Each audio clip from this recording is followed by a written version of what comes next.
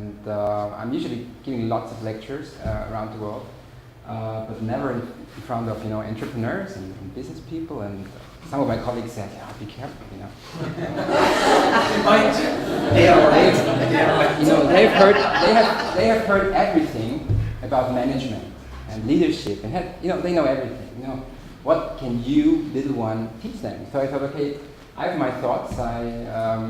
Maybe something could be of interest, and if you only take the thought that never trust a doctor, there's something won today. So let's talk a bit about. I don't want to really bother you with my CV. I really like one of Richard Branson's thoughts, and I've been trained in an environment that was exactly the opposite.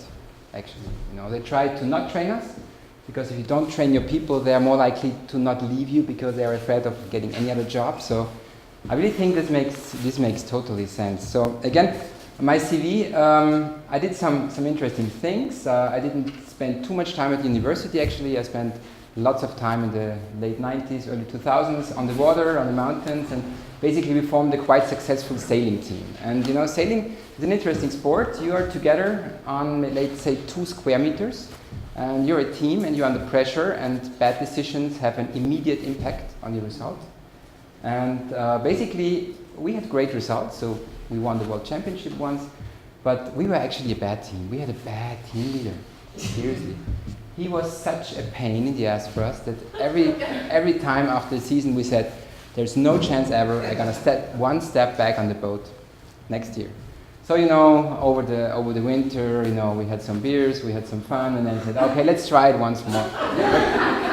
This was year after year, but actually, we were at that time we were quite good, but we could have been much better. We ended up in a relationship where everybody was just watching the other person, waiting for him doing any kind of mistake, and not being focused on his things anymore. And at the end, this was a team last year because I didn't have any images on the 15 years ago project, and we won the Vice European Championship just without basically lots of training.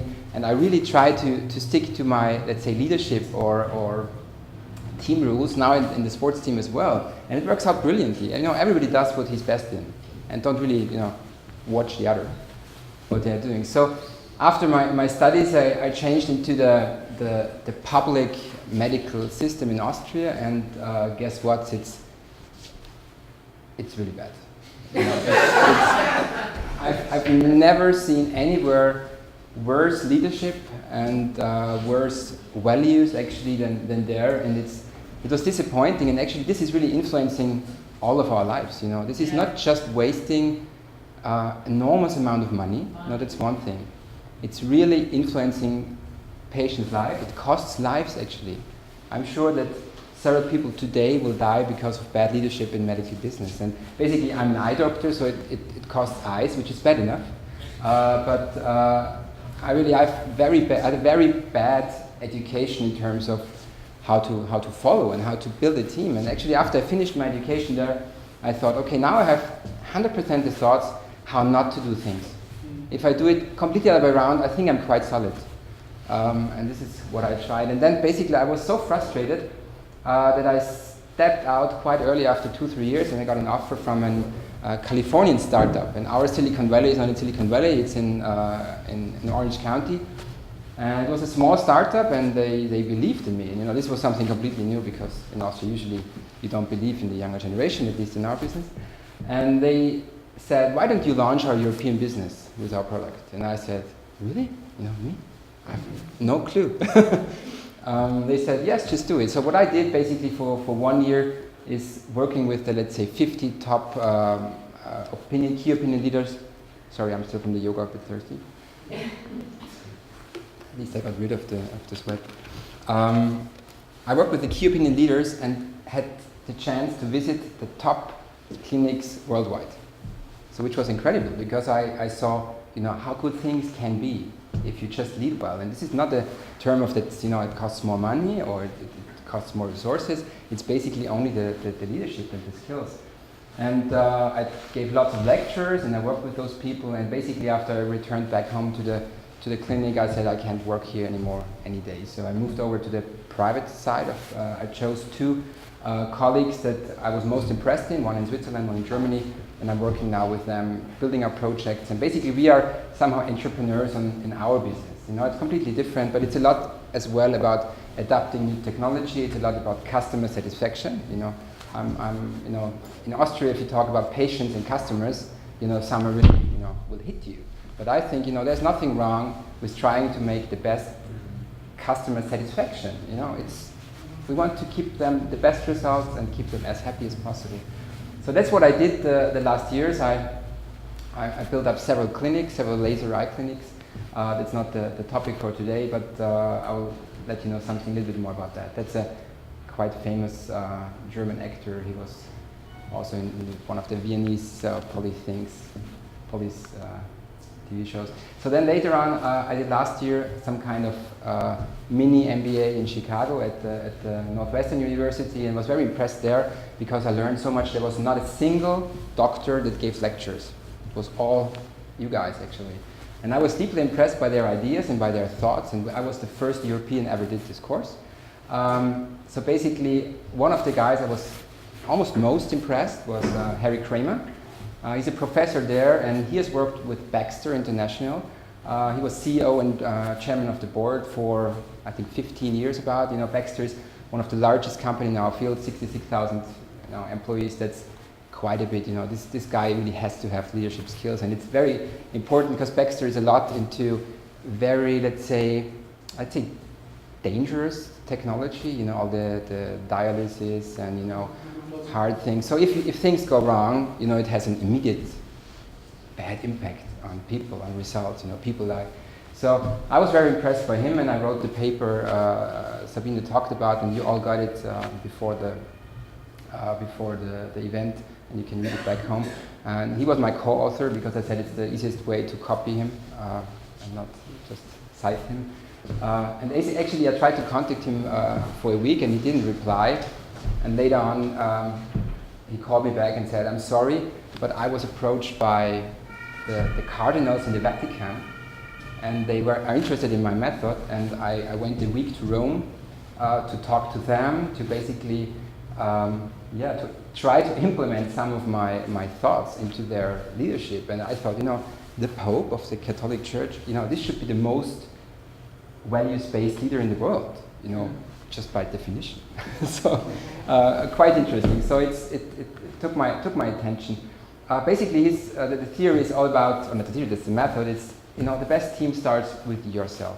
You know, if you are your best self, you can get your best team. If you're not, it's very difficult. You know, if you don't respect your employees, you know, if you're not on time, if you waste money, you know, it's hard to get a team that does not do that. So those 4 principles, and those are all photos from myself, basically. He says, you know, about yourself, it's all about self-reflection, balance, self-confidence, genuine humility. Self-reflection, now it starts in German, sorry for that. It's about, you know, really evaluate who you are, you know, honestly. You know, we all think that we are the best in our field, but there's always something you can do better. What are your core values? You know, what's important for me in life? You know, it's never make excuses. Like, okay, sport's so important for me. I would love to do more exercise, but I just have no time. You know, if it's so important for you, yeah, make it a priority. You know, the week has 168 hours, and you should work out where are my strengths and weaknesses. Very important.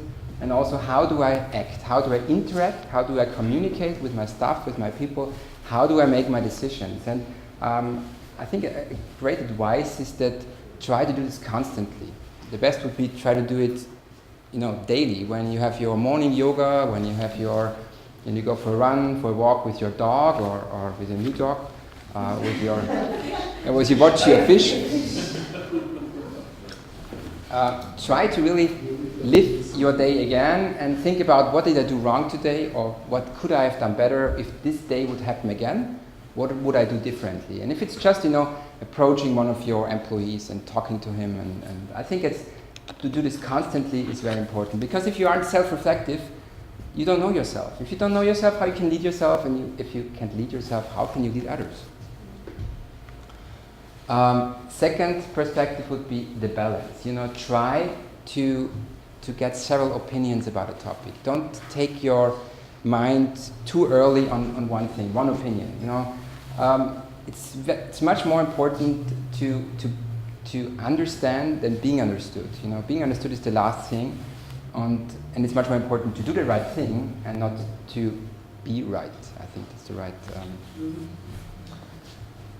So just keep everything in balance, keep everything in perspective, and if your youngest employee has an opinion, let him talk before you give him your opinion, because if you tell him your opinion, he will more likely tell you your opinion and not his opinion. So try to listen before you speak. Second one would be self-confidence, and I mean in this topic like the true self-confidence. I've seen so many leaders and high professors that think they are the masters of the universe. This means accept yourself who you are and how you are. Know your strengths and weaknesses. Accept it that others are better what they're doing. They are looking better. They are healthier. They are doing more sports, whatever. They have more children. Just accept that you're not the best, but it's all about trying to improve yourself. And I think all those values and those kind of rules apply not only for our professional life, could also be for our private life, for our families, dealing with kids. I think it's very, very important. Genuine humility, I think it's not very likely to be talked about that in terms of leadership, but I think it's very important that you never forget where you came from, to keep life in perspective, even probably if you're very successful in what you're doing. Always remember how it was when you started your job and when you started your career, and this will help you really get respect from the people that start with you, and think, okay, this guy is not just flying in his spheres. He really knows about how it feels to start, and I think this will give you lots of respect from your staff. So only if you are your best self, you can lead a best team, and you can get the best team. And these days, everything is connected, and if you are a bad leader, the best people most likely won't work for you, because it's hard to hide this on the long run. I think it's a very important point as well that and especially in Austria, and especially in my business, it's a lot about titles. I'm the professor now, I'm the head surgeon, I'm the head of department, and it's so important for those guys that they really lose all these things like genuine humility, like self-reflection, and I think if you want to be a leader, you need a follower. Otherwise, you are an island on yourself. So that's so important. Leadership requires followership. So what's now the best team like? And I was once at a meeting in Finland, and I gave the only lecture in English. All the others were in Finnish, which was quite funny actually, because Finnish is really interesting language. So what do you need? Actually, you look for people that know things you don't know, or skills you don't have. It's so important. If you always try to have people that think like you and do the same things, you'll never make progress actually. So what's very important to have common goals and common values actually. I think if you step into a business, or if you take over a business, and I've seen this with clinics, that sometimes it's needed to get rid of the foul apple in the team. And this is very hard in a public system because you just can't get rid of them. But in a private business, it's possible. You just can't pick them out, and you may have to reorganize your team. But at the end, you have to have the common core values. And I talk sometimes about this best friend forever. What would you think what has a best friend? What does it mean to you? Any ideas? Trust and reliability. Yeah, good one. Common values, sharing values. I think same values. Yeah, same values. I think a very important thing is that it will be hard that you go for Van der Bellen and your best friend goes for Hooper. Yes. Will be a tough friendship. I think one of the things is that it's honesty. Your best friend will tell you, you look crap today. What did you do? You look tired. What's happening in your life? And I think this is what you want with your team. You want a team that stands up and says, hey guys, something's going wrong. And this is so important in my business now. I'll talk a bit later about my own team, that if something goes wrong, it raises the red flag. Whatever consequences this have, and you should give the values, and you should have these leadership skills to tell them, it's important to do so. I'll never be bothered by that. If you will not lose your job, but be honest. Tell us if things go wrong. The best team should not be a collection of the superstars. I think we all know this from soccer. If you are a Russian oligarch and you say, I buy now the best soccer players in the world for €1 billion, will I win every match? Obviously not. That it was proven that actually not, because a team needs older guys, younger guys, leaders, followers, because it's all about the we, and it should never be about the I, about the ego. So important is to avoid internal competition, because this will never lead to a common success. And basically what I really try is in my own business is I have a great surgery day, an example. I try to accomplish all of my stuff. It has not been the optician who did the right measurements. It hasn't been my great hands. It has also been the receptionist who had a smile for the patient, and if the patient had a question, was just answering correctly and friendly. So try to work for a common goal and try to avoid internal competition. And I saw this a lot even in my business, that everybody tries to get skills and try to keep the others away from his own little piece. Again, common goals, as I said, this should be defined and has to be communicated, because it's nice if you have a common, and that's quite funny. I'm from Salzburg, so usually we don't have this here, so I got this on the menu in Vienna, and I said, I'm quite surprised at this to serve it. It means kidneys with brain, or brain with egg.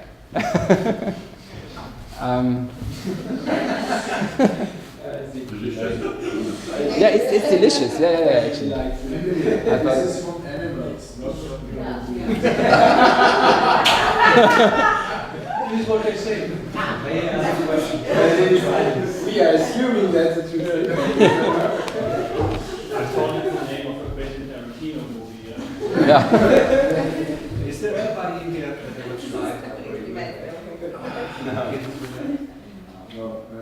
When I was a kid, I loved brain with egg until they told me what it is.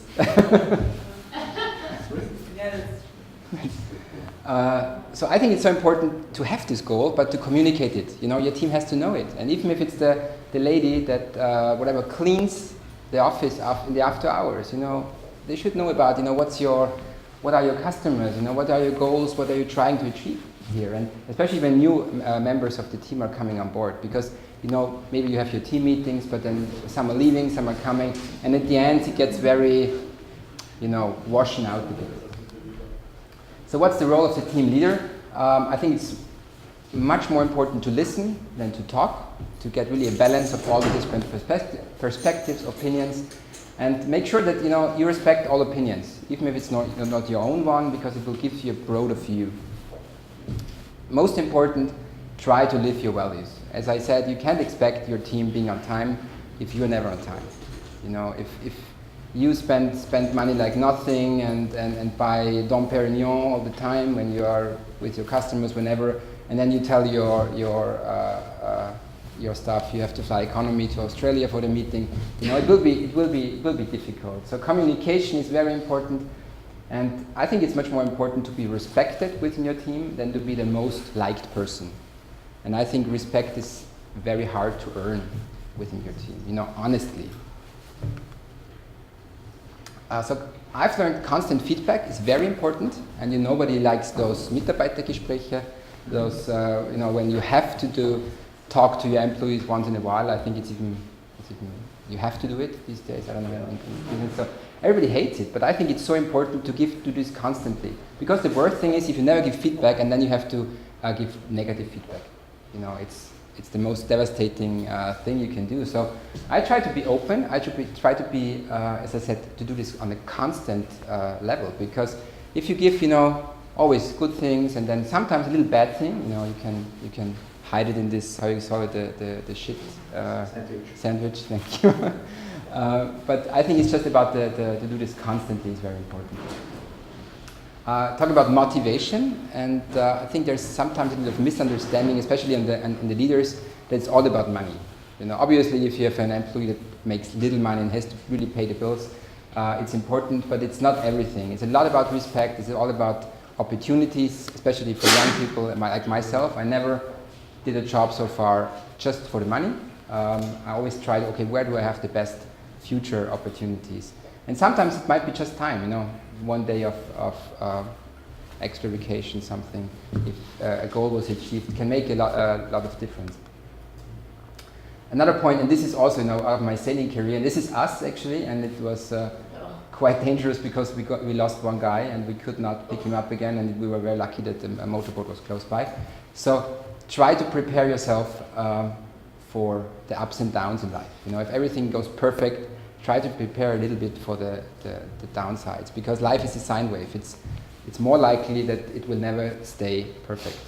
There will be things that will happen, and if you somehow prepare yourself for these things, not only in business, you know, I think we all know businesses where they try to follow their track until everything is lost.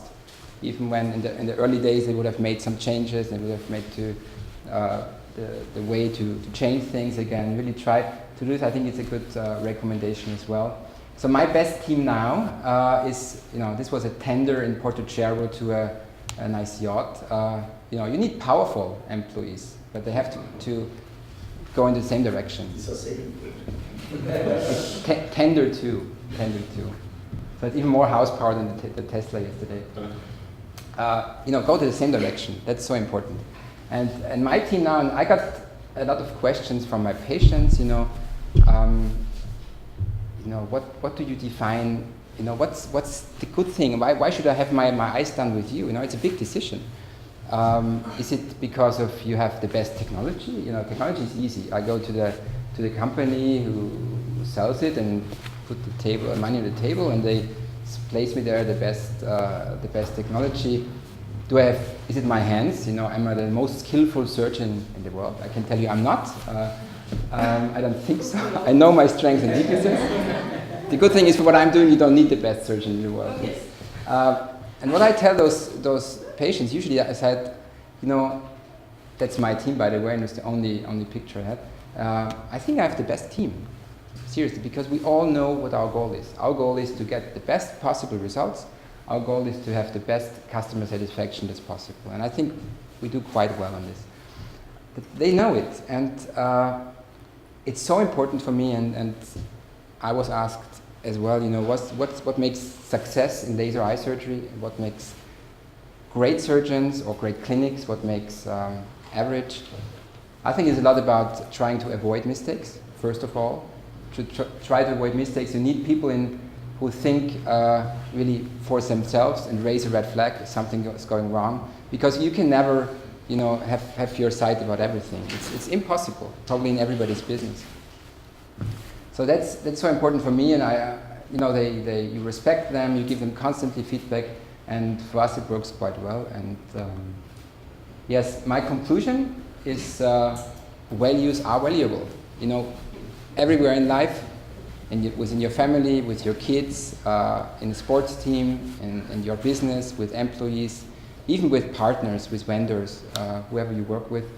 And that's a very Austrian approach. And I thought, you know, I've no clue how many times I had this thought in mind watching my former boss in the morning meeting, because he gave the values, and his values were really, really bad.